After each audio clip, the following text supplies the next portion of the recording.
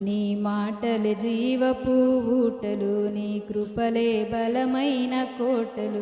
నీ మాటలు జీవపు ఊటలు, నీ కృపలే బలమైన కోటలు.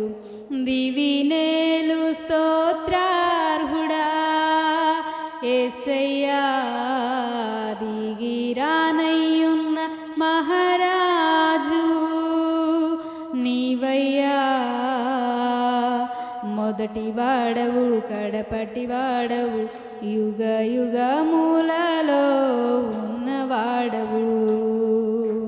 మొదటి వాడవు కడపటి వాడవు, యుగ యుగములలో ఉన్నవాడవు.